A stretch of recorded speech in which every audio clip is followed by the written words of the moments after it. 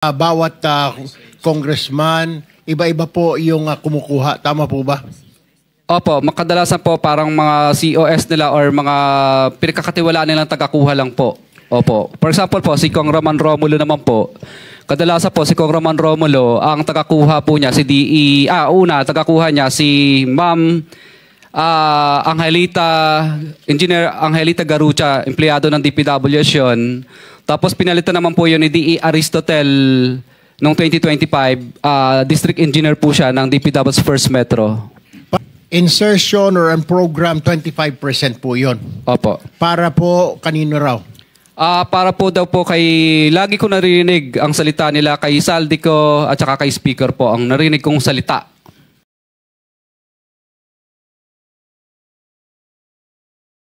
Una ko mong tagatanungan dito po kay Ginoong Pacifico Diskaya, nabanggit niyo itong mga pangalan po ng mga congressman.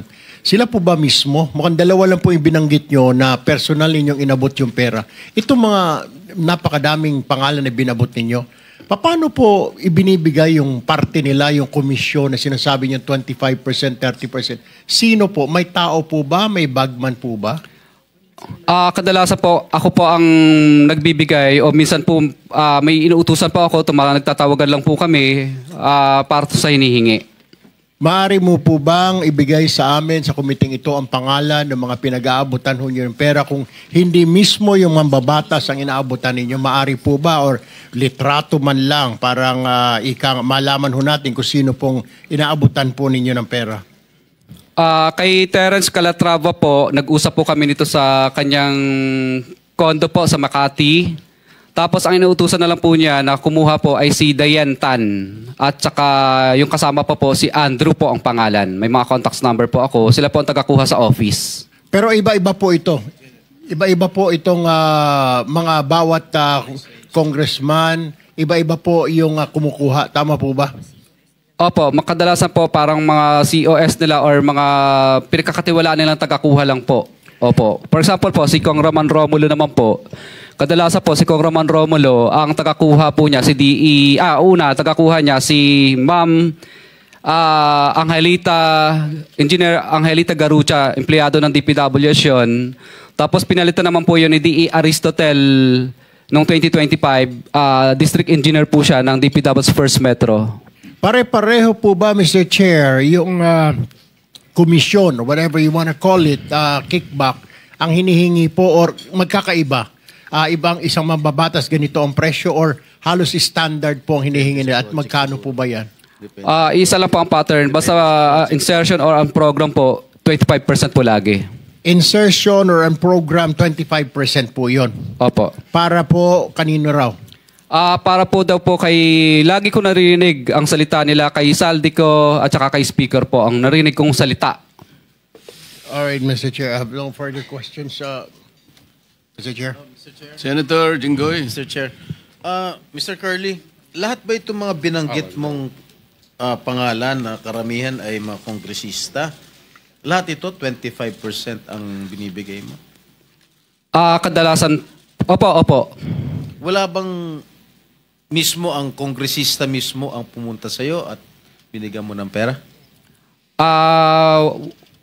Ano po, kadalasan po, nag-uusap lang po, nag-uutos lang sa COS, pero kadalasan po, ang for example, si Kong Rillo, kadalasan po, binibigay ko po yun pag nagiinuman kami, o di kaya, yung tao po niyang si Bogs Magalong ang pumupunta.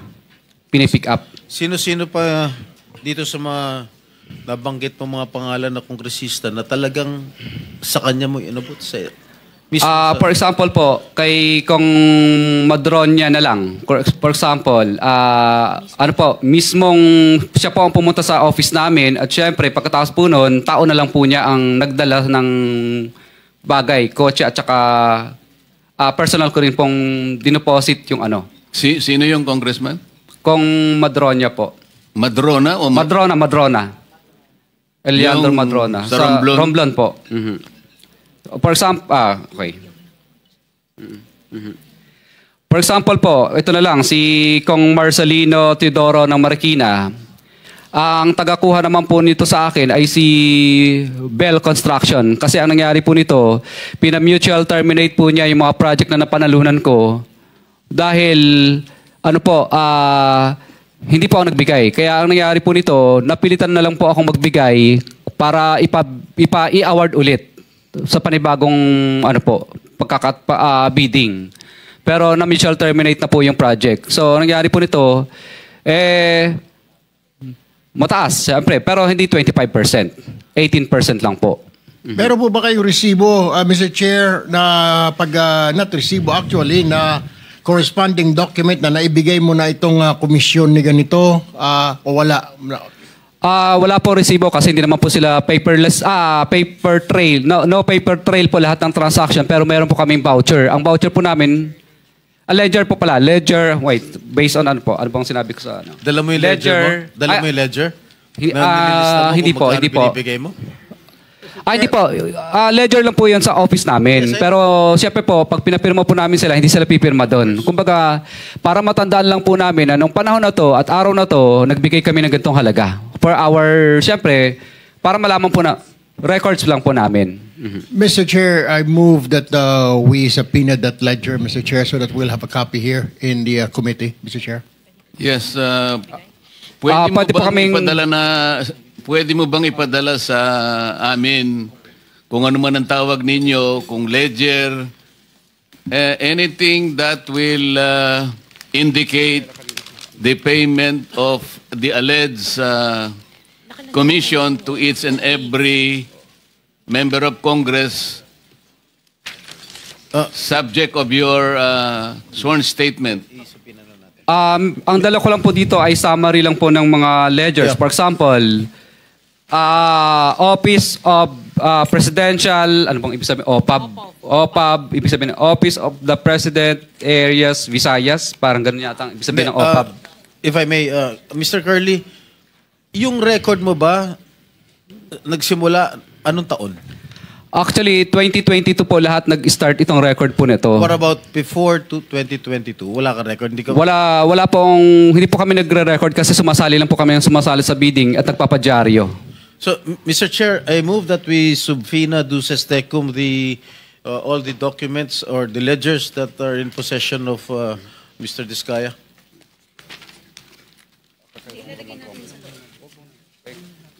Mr. Diskaya, I seconded, Mr. Chair. Mr. Diskaya, narinig mo ba yung motion ni Senator Jinggoy? Kailangan ninyong ipadala sa Blue Ribbon lahat ng mga mapagbabasihan nating kung ledger man ang tawag nyo, kung ano man, hindi namin alam ang nomenclature, pero mapagbabasihan na pwedeng matukoy na nagbibigay nga kayo ng komisyon sa mga taong binanggit nyo sa inyong sworn statement.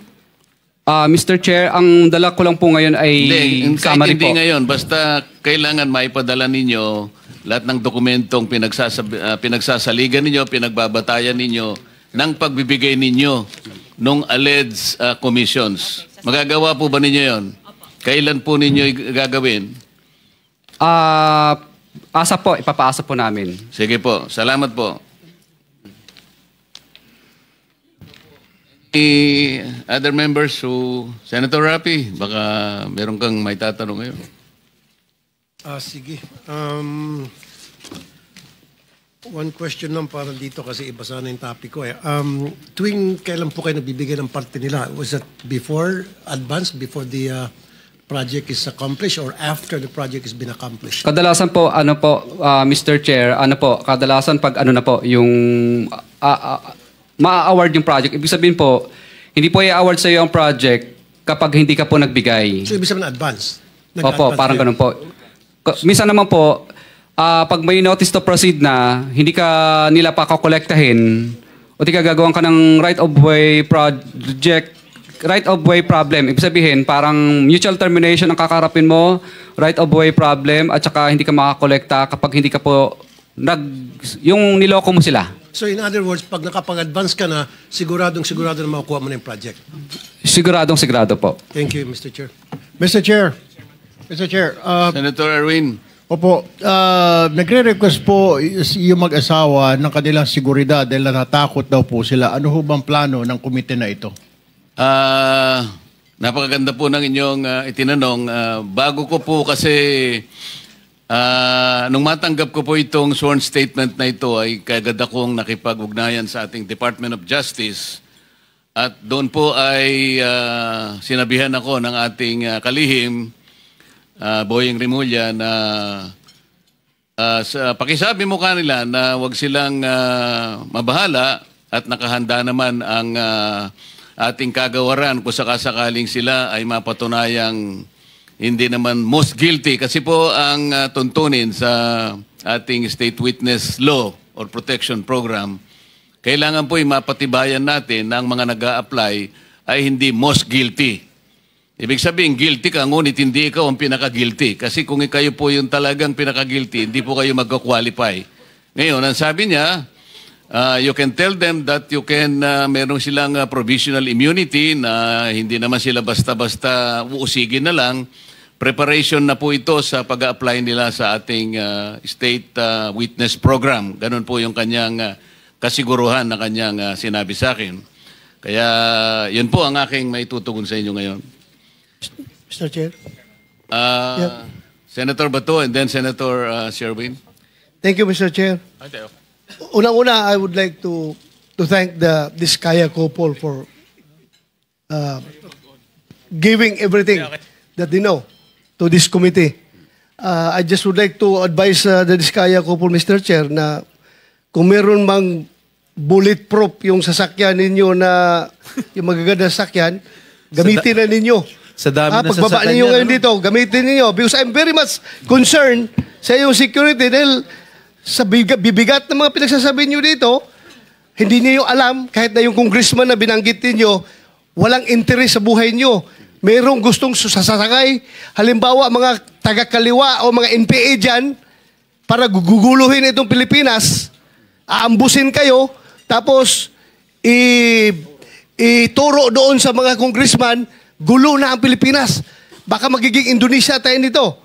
Kaya mag-ingat kayo, I advise you to take all the necessary precautionary measures as far as your safety is concerned. Ngayon, tanungin ko kayo, meron kayong sinabi na isang congressman o ilang congressman ba nagsabi na kaya ganito kalaki ang SOP na hiningi namin sa inyo, 25% to 30%. Dahil hindi lang sa congressman ito, hindi lang ito sa akin, kundi binibigyan namin si Congressman Saldico at saka si Speaker.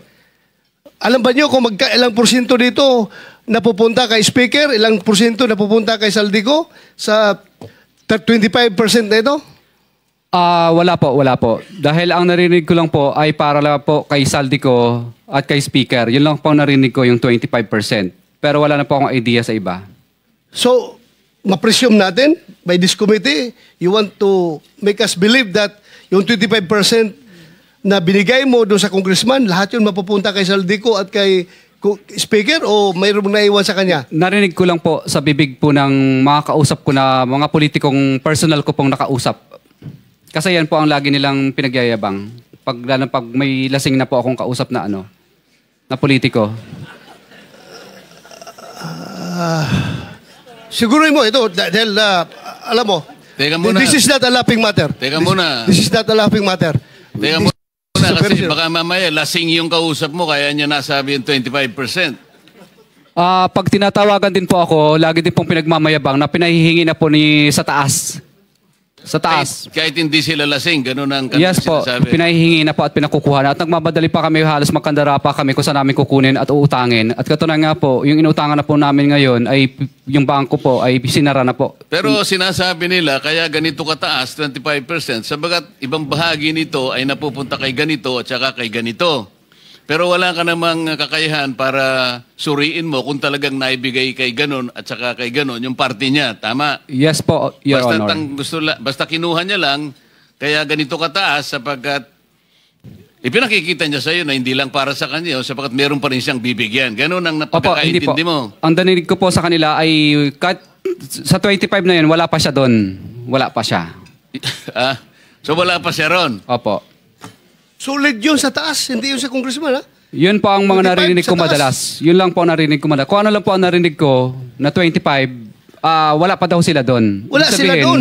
Opo. Kay Speaker at kay Saldico lang yung 25? Yun po ang narinig ko lang. Imposible. Are you done, Senator? Meron ka bang pictures? Thank you, Mr. Chair. Thank you, thank you. Diskaya, Senator Sherwin. one word. Meron ka bang litrato ng mga bagman nila? Pictures o Kadalasan po, CCTV?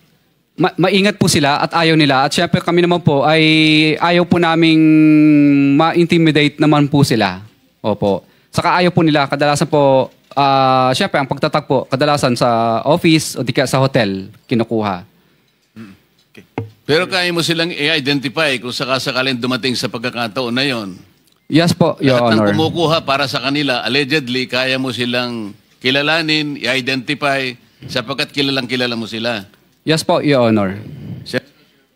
Mr. Diskaya, sigurado ako i-deny yan ng mga pinangalanan nyo. No? Sigurado, 100%. Pero ba kayong iba pang mga ebidensya na magpapatunay na sila nga ang tumanggap, sila ang kausap nyo, tulad nga yung CCTV or meron bang mga deposit slip or merong mga any evidence na magpapatunay na itong mga pinangalanan nyo kanina totoo yun?